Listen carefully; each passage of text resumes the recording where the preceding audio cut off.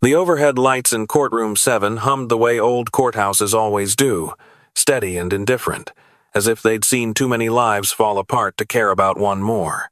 I'd been sitting at the respondent's table for 40 minutes, and for most of that time, my son-in-law's attorney had been standing at the podium doing what men like him do best, making other people feel small. He was young, maybe 35, wearing a suit that probably cost more than my truck.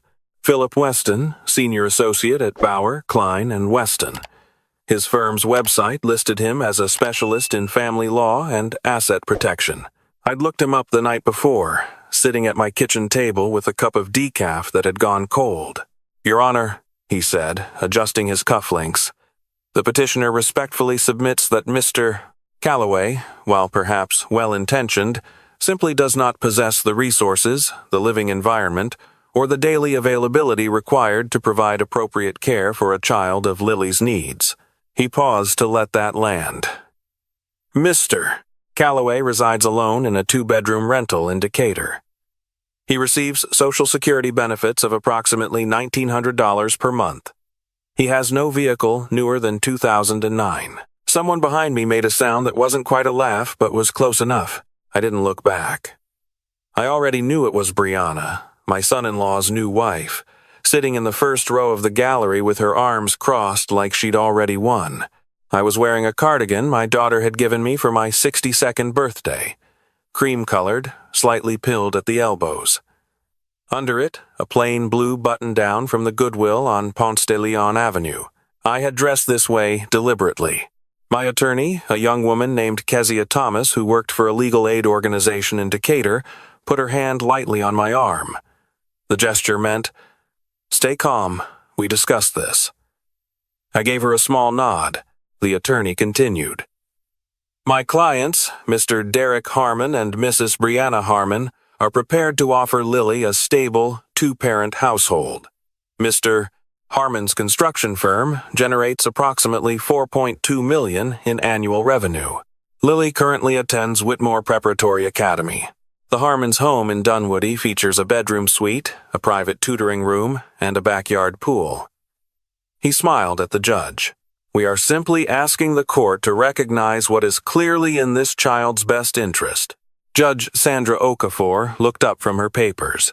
She was somewhere in her mid-50s, her silver-streaked hair pulled back cleanly, her expression the practiced neutrality of someone who had made decisions that changed children's lives for 2 decades and had learned to carry that weight without letting it show. She looked at me. "Mr. Calloway, you've been very quiet this morning. I want to give you the opportunity to respond before we move to closing statements. Is there anything you'd like to say?" I looked at Kezia. She gave me the nod we had agreed on. "Not yet, Judge. We discussed this." Philip Weston made a sound that was definitely a laugh. "Your Honor, I think." "Mr. Weston." Judge Okafor's voice was quiet but absolute. "I asked Mr. Calloway." "Not you." He straightened. "Of course, Your Honor. My apologies." The judge looked at me again. She had the careful eyes of someone who'd been lied to so many times she'd developed a kind of radar for what wasn't being said. "Before we proceed, I need to confirm your information for the record. Please state your full legal name." I took a breath. This was the moment I had been building toward for 18 months. Raymond Harold Calloway. The courtroom was quiet for exactly 2 seconds. Then Judge Okafor's pen stopped moving.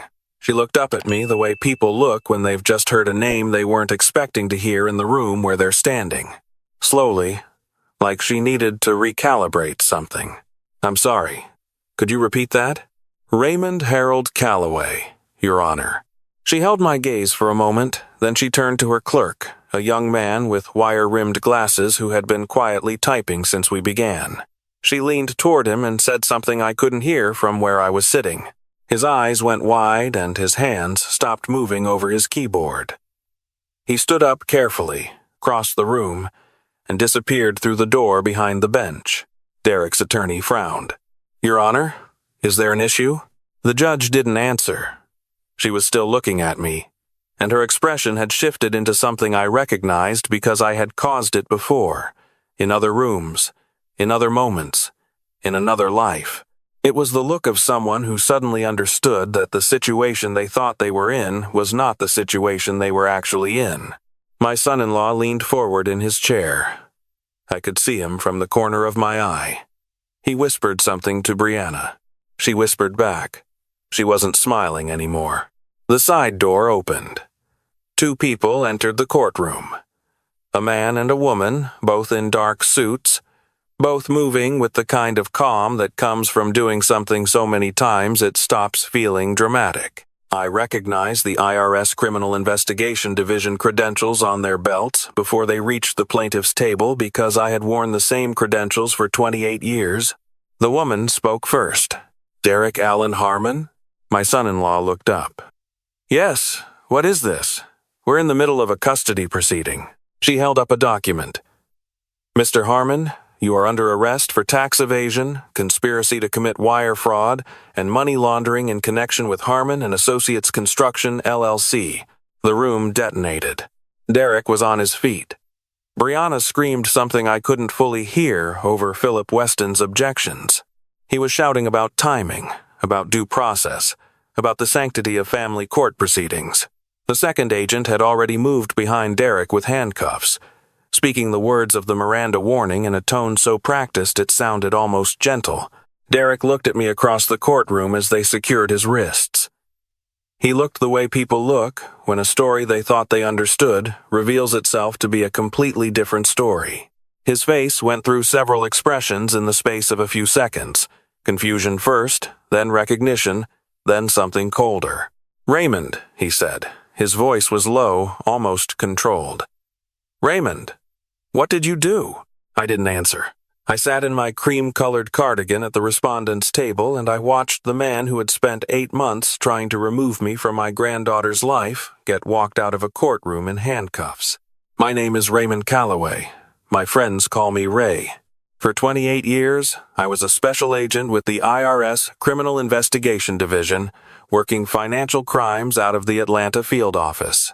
Before I retired, I had been the lead investigator on 14 federal prosecutions, 9 of which resulted in convictions. 3 of those cases involved criminal enterprises generating over $50 million in fraudulent revenue. Then my daughter died, and I became a grandfather trying not to lose the only piece of her I had left. Let me go back to where this actually started. My daughter's name was Margaret. Everyone called her Maggie. She was 36 when she died, tall like her mother had been, with a laugh that filled whatever room she was in. She married Derek Harmon when she was 29, at a small ceremony in Savannah that I helped pay for, even though Derek's family had more money. She was happy, or she seemed happy, for the first few years. She had Lily when she was 31. The day Maggie called to tell me I had a granddaughter, I sat down on my back steps and cried like I hadn't cried since my wife passed. For a long time, I told myself I didn't see the signs. The truth is, I saw them and didn't want to know what they meant. Maggie calling late at night, her voice careful in a way it wasn't when she was comfortable. Small things missing from her side of family conversations, opinions she used to have that she'd stopped offering. She stopped bringing Lily to visit as often. When I asked, she said Derek was busy. They had obligations. It was a long drive from Dunwoody to Decatur. In March, 2 years ago, Maggie called me at 11:30 on a Tuesday night. "Ray," she said, using the name she'd called me since she was a teenager, "I need to tell you something. I think Derek's company is doing something wrong. I found some things in his home office, invoices for companies I can't find anywhere, wire transfers to accounts I don't recognize. I don't know what it means, but it doesn't look right." I asked her to send me what she had. She said she would. She said she'd get it to me in a few days once she'd figured out how to do it without Derek knowing. 11 days later, she was killed in a single car accident on Highway 285 on her way home from a friend's house. The investigation found no evidence of foul play. The weather had been bad. She was not intoxicated. These things happen. Lily was 5 years old. I am 63 years old, and I have spent my adult life following money, reading numbers, understanding the particular language of financial deception. I know what legitimate grief looks like, and I know what it looks like when someone is performing grief while keeping one eye on the door. Derek Harmon performed well at the funeral. He held Lily through the whole service. He shook my hand and said, "Maggie loved you so much, Ray. You were everything to her." 2 months after the funeral, he started limiting my visits with Lily. Scheduling conflicts, Lily's adjustment, the need for stability and routine. I heard all the language of a man who wanted me out but hadn't decided yet how to do it cleanly. 4 months after the funeral, he was dating Brianna. I did not react the way he expected me to. I did not call his attorney or send angry letters or show up at his house demanding explanations. I went home to my rental in Decatur, and I sat at my kitchen table, and I thought about what my daughter had told me 11 days before she died. Then I called my former supervisor, Tom Briggs, who had retired 2 years ahead of me and now consulted for the Department of Justice.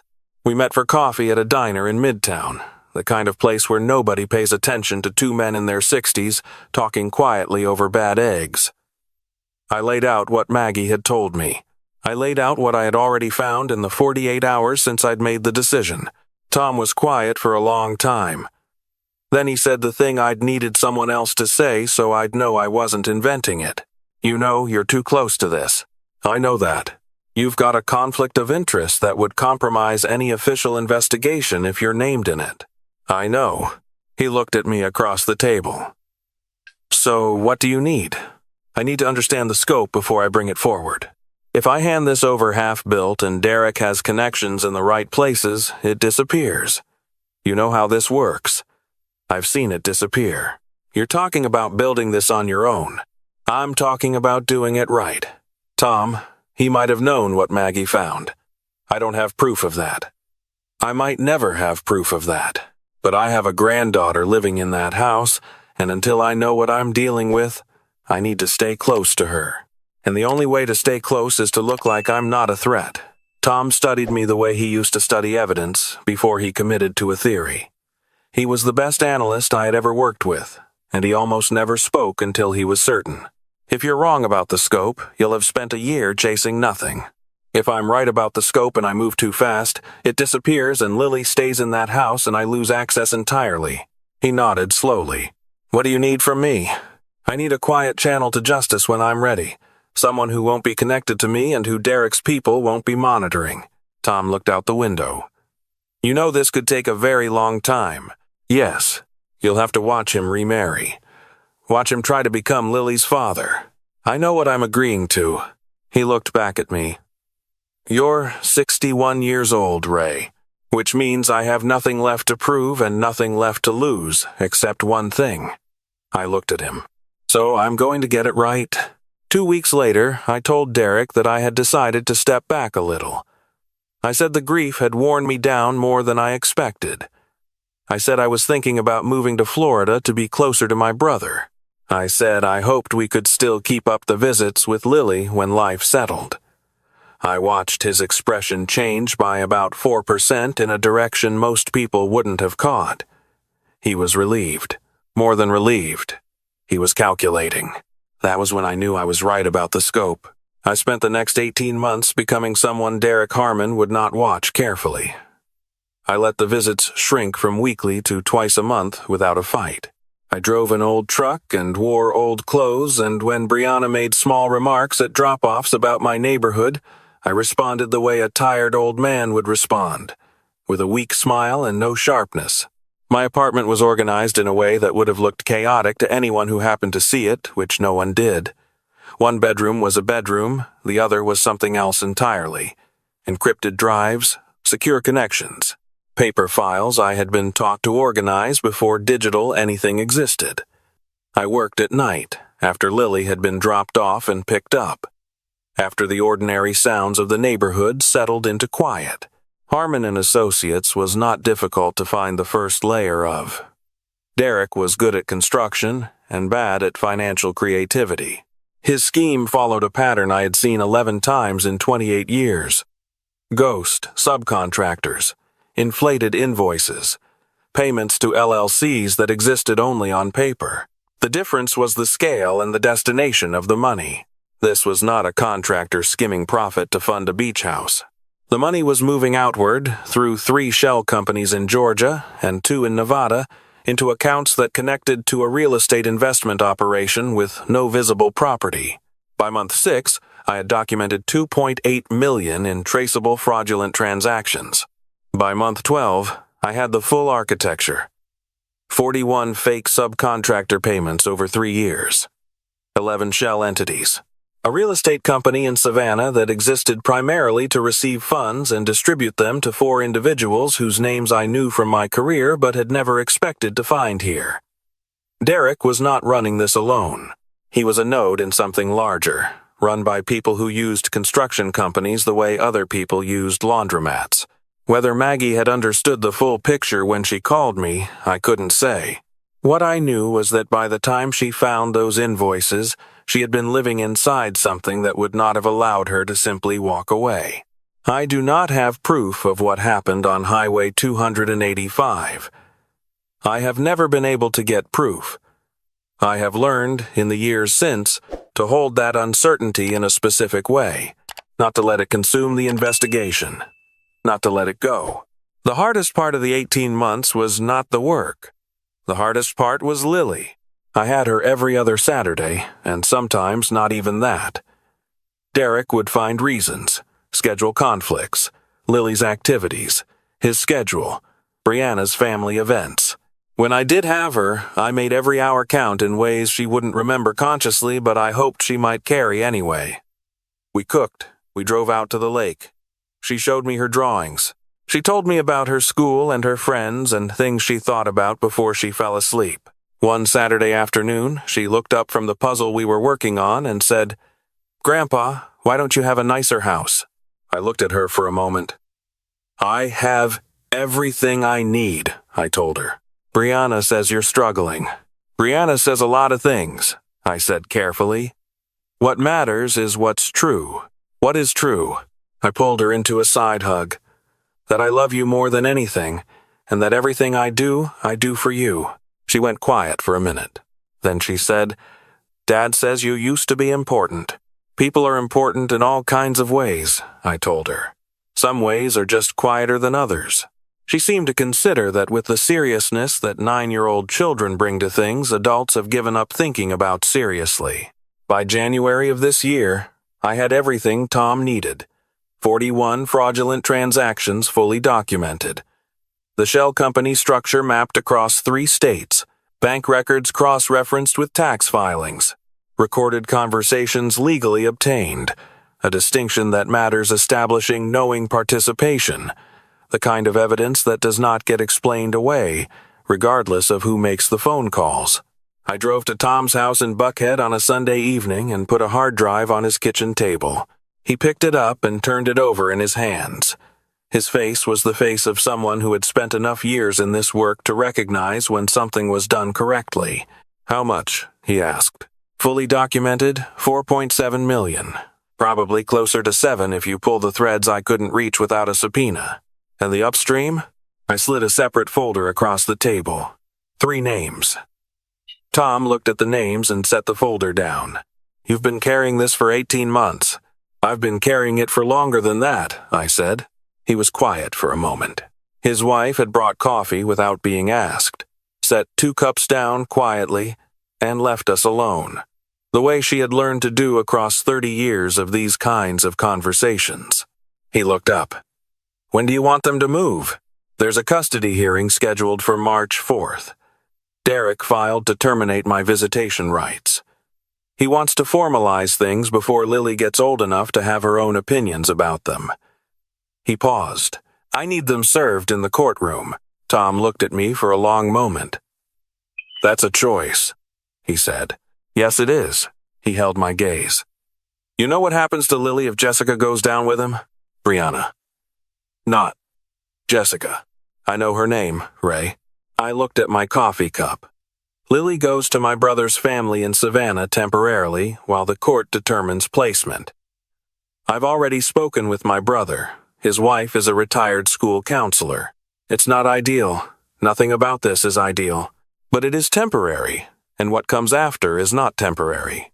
"What comes after?" "I get my granddaughter," I said. and she gets to grow up knowing the truth about her life, about what her father was, about why her mother is gone. Tom looked at the hard drive again for a long time. Then he nodded. The second thing I needed was the right judge. I had been in Georgia family courts enough times across my career to know that the assignment mattered. Most of the judges in the DeKalb County Family Division were adequate. 2 of them had professional relationships with Derek's attorney's firm that I had documented. One of them had been a federal prosecutor.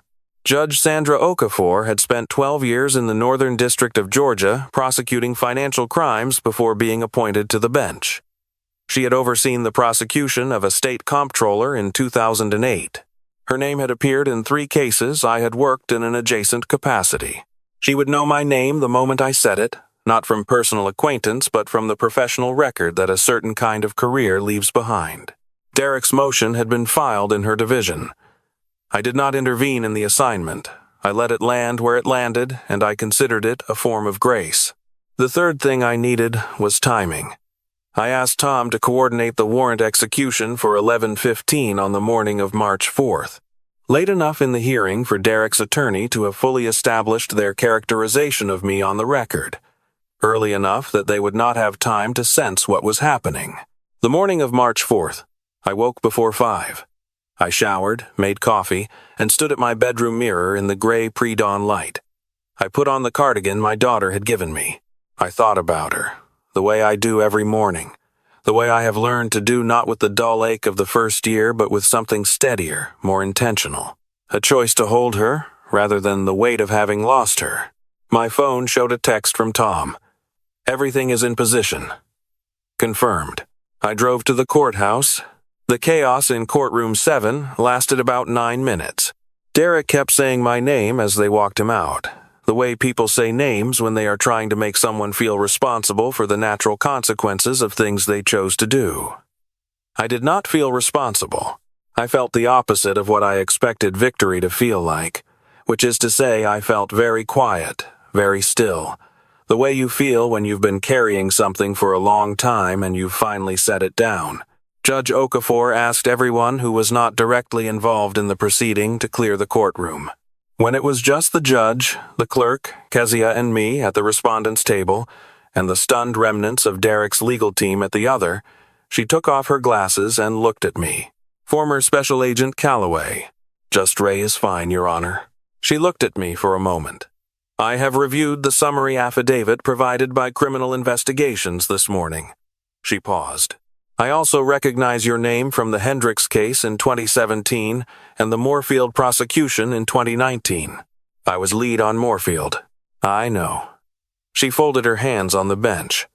Mr. Weston spent the better part of an hour this morning telling me you were an unsuitable guardian because you drive an old truck and live in a 2-bedroom rental. That's true, I said. It's a 2009 Tacoma. Runs fine. The judge looked at me and something moved in her expression that wasn't quite a smile but was close. While you've been driving your 2009 Tacoma, you have been conducting an investigation that has apparently dismantled a multi-state money laundering operation connected to 3 federal persons of interest. She paused. I'm not sure, Mr. Weston understood who he had in his courtroom this morning. No, Your Honor, I don't believe he did. She picked up her pen. Given the circumstances, I'm suspending all current custody arrangements pending review. Given the demonstrated unsuitability of the child's primary household and the absence of the primary custodial parent, I'm granting you temporary emergency custody of Lily Harmon, effective immediately. She looked at me. We will schedule a full hearing in 60 days. I closed my eyes. The lights in the courtroom kept humming their indifferent hum. Mr. Calloway. I opened them. Go get your granddaughter. Whitmore Preparatory Academy was 20 minutes north in Dunwoody, the kind of school built to confirm the beliefs of people who already believed they were superior. Stone archways, a Latin motto carved above the main entrance, a parking lot full of cars whose cost I could calculate without effort. I parked my truck in the visitor lot and felt it fit exactly as well as it needed to. The front office required 2 phone calls and a copy of the court order before anyone moved. I waited on a wooden bench in the lobby, watching the activity of a school that cost $44,000 a year per child and looked every dollar of it. When Lily appeared in the doorway, she looked the way children look when they have been pulled out of class without warning, careful, uncertain, scanning for information in the faces of the adults nearby. "Grandpa?" She saw me and crossed the room quickly. "What's going on? Where's my dad?" I stood up and crouched down so we were the same height. She'd grown since the summer. She was 9 now, almost 10, old enough to know when an adult was about to say something that would change things. "Lily, I need to tell you something hard, and I need you to be brave." Her eyes went to mine and stayed there, which was a Maggie thing, that directness. "Where is my dad? He's in trouble, legal trouble. He did some things that weren't right, and now there are consequences for those things." "What things?" I took her hands. "You know how I used to work for the government? You were an accountant. I was an investigator. I looked at people's money to see if they were being honest." She nodded slowly. "Your dad's company was not being honest, for a long time, and I found out." She was quiet. The receptionist behind the desk was pretending to look at her computer. "Did you tell on him?" Lily said. "I told the truth," I said. "There's a difference. Is he going to jail?" "He might be for a while, yes." "I'm sorry." Her face didn't crumple all at once, the way younger children's faces do. It shifted, a slow rearrangement of something she was trying to hold steady. "What about Brianna?" "I don't know yet. She may have some things to answer for, too." She looked past me at the lobby, at the Latin motto over the door, at something I couldn't see. Her hands were still in mine. "Where am I going?" "Home with me," I said. "Your apartment is small. We'll figure that out. I don't want to leave my school. We'll talk about all of that. I promise we'll talk about everything. Right now, you're coming with me." She looked at me for a long moment with those straight-on Maggie eyes. Then she stood up and picked up her backpack from the bench beside her. "Grandpa." "Yeah? You worked at a car repair shop to catch bad guys. In that video game we watched, the character who doesn't look dangerous is always the one you have to worry about."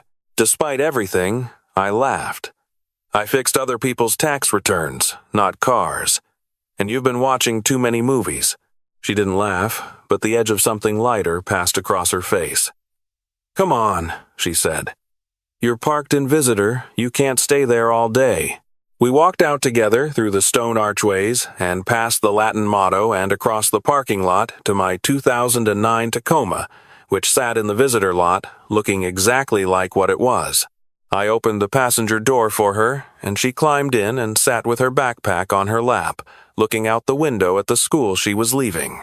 As I pulled out of the parking lot, she said, quietly, "Did my mom know?"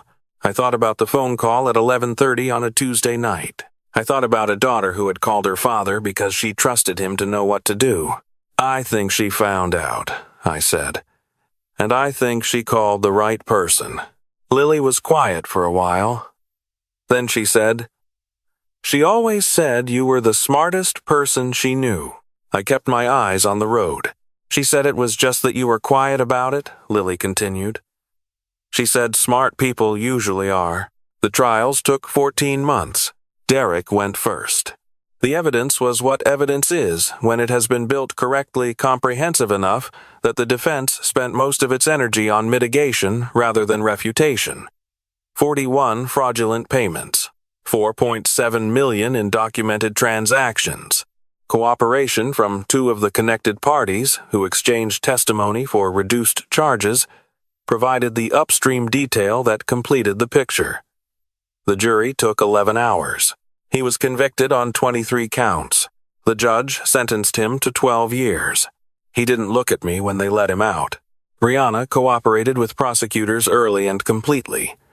Her knowledge of the operation had been partial, and she had not been a principal, which the government acknowledged. She pled to lesser charges and received a suspended sentence with 5 years of probation. She moved back to her family in Charlotte. She reached out through her attorney to ask if Lily would want contact. I didn't answer for her. I told Lily and let her decide. Lily said not right now. I told her that was allowed to change. My granddaughter cried twice through all of it. Once, when the jury came back, and once the night I explained that the circumstances of her mother's accident had been examined carefully by investigators and had not produced evidence sufficient to change the original determination. She sat at my kitchen table with both hands around a mug of cocoa that had gone cold, and she looked out the window for a long time. I didn't try to fill that silence. There are certain kinds of grief that are not helped by being filled. After a while, she said, "Do you think she knew what was going to happen to her?" "I think she was scared," I said carefully, "and I think she called me because she was trying to do the right thing, and she trusted me to carry it the rest of the way. Is that why you did all of it?" "Partly." I looked at my coffee.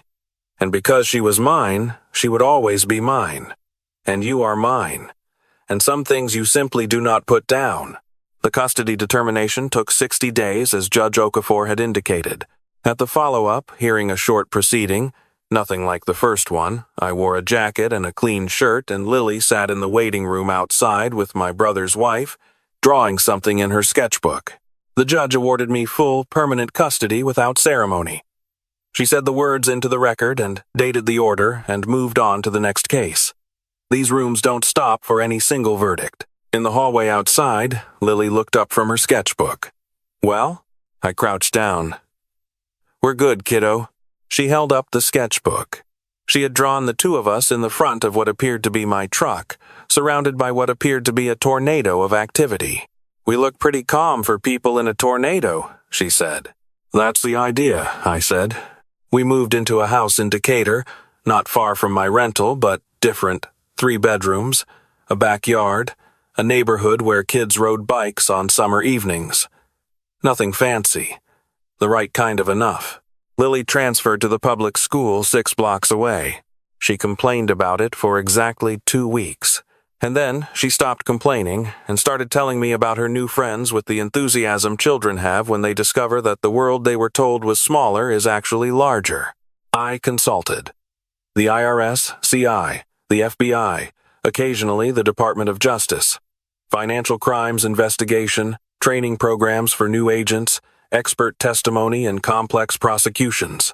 The work was flexible and it let me be home for dinner, which is the thing I had not been for the years I should have been, and had told myself it didn't matter because the work mattered. It mattered.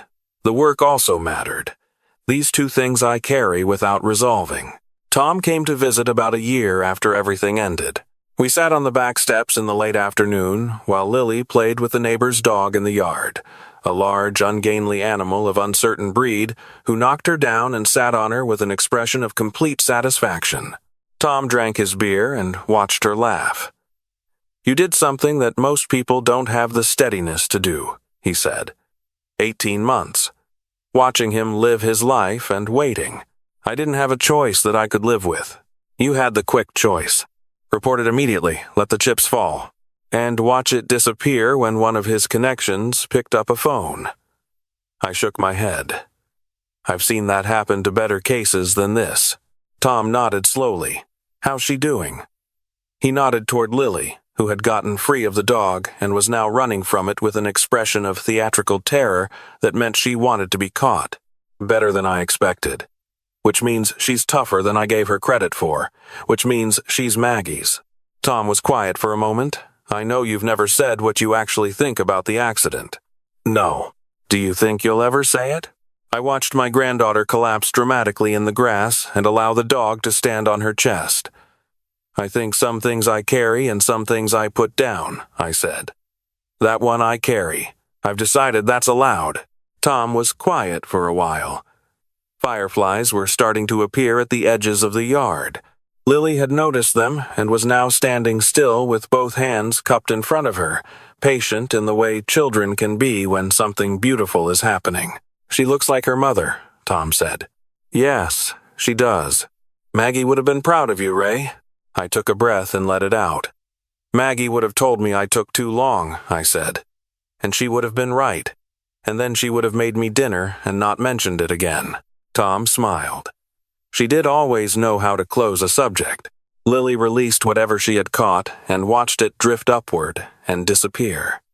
She looked over her shoulder at me, grinning with the entirety of her face, the way her mother used to grin, with nothing held back. I raised my beer toward her. She made a face at me and ran back to the dog. Later that night, after Tom had gone and Lily was in bed, I sat at the kitchen table with a cup of tea that had gone cold in the way that happens when you're thinking more than you're drinking. On the table beside me was a photograph I had kept through all the moves and all the years. Lily, at age 3, sitting on Maggie's lap in my old backyard in the summer, both of them laughing at something outside the frame. I don't know what they were laughing at. I have never known. I have always assumed it was something small and perfect and ordinary, the kind of moment that doesn't know it is a memory while it is happening. That little girl had no idea what was coming. Her mother had no idea what was coming. Neither did the man who would spend the next 6 years driving an old truck and wearing a pilled cardigan and waiting for the right moment to say his name in the right room. But we got here. All things considered, we got here. Philip Weston spent an hour telling Judge Okafor that I was unsuitable because of my truck and my cardigan and my $1,900 a month. He was not wrong about any of those facts. He was simply wrong about what they meant. People will measure you by what they can see. They will look at your vehicle and your clothes and your address and your bank balance, and they will construct a story about your worth, and they will tell that story confidently in rooms where it matters. Let them tell it. Let them finish. Because the story they are telling is only true until you decide it isn't, and you get to decide when that moment comes. I spent 18 months being exactly the man they thought I was. I drove the truck and wore the cardigan and said very little when people were condescending and even less when they were unkind. And while I was being that man, I was also building something they couldn't see, in a room they didn't know about, at hours they assumed I was sleeping. The truth is patient. It will wait as long as you need it to. It will sit quietly in the back of the room while the people who don't understand the situation talk about things they think they understand, and it will wait for you to call it forward. And when you do call it forward, everything changes. Not loudly. Not the way you sometimes imagine justice arriving, with trumpets and vindication, quietly. The way water changes stone. The way morning changes a room. Completely. And without asking permission. So here's what I want to leave you with. What would you be willing to carry for the person you love most? How long would you wait? How much would you absorb to protect something that cannot protect itself? I carried it for 6 years if you count from the night my daughter called me. I carried it for 18 months if you count from the moment I decided what to do. I wore an old cardigan in a courtroom and let a young attorney in an expensive suit make his case while I waited for the judge to ask me one question. I would do it again tomorrow. I would do it in the same cardigan. Tell me what you would do. Leave it in the comments. I read every one.